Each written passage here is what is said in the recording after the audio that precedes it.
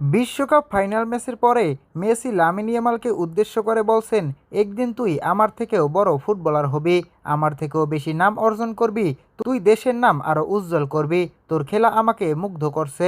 ভিডিওতে আরও দাবি করা হয়, মেসি ইয়ামালের প্রশংসা করে বলেন যে তার শেষ বিশ্বকাপে ইয়ামালের মতো একজন প্রতিভাবান খেলোয়াড়ের সঙ্গে খেলতে পেরে তিনি গর্বিত।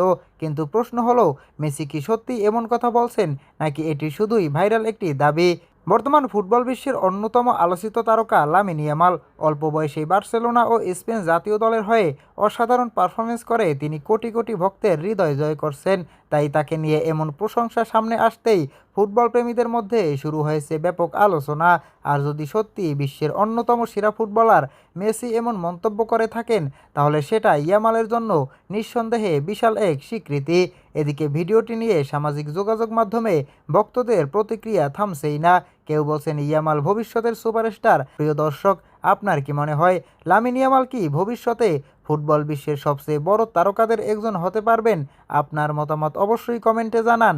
আর ভিডিওটি ভালো লাগলে লাইক দিন, শেয়ার করুন এবং ফুটবলের আরও আপডেট পেতে চ্যানেলটি সাবস্ক্রাইব করুন।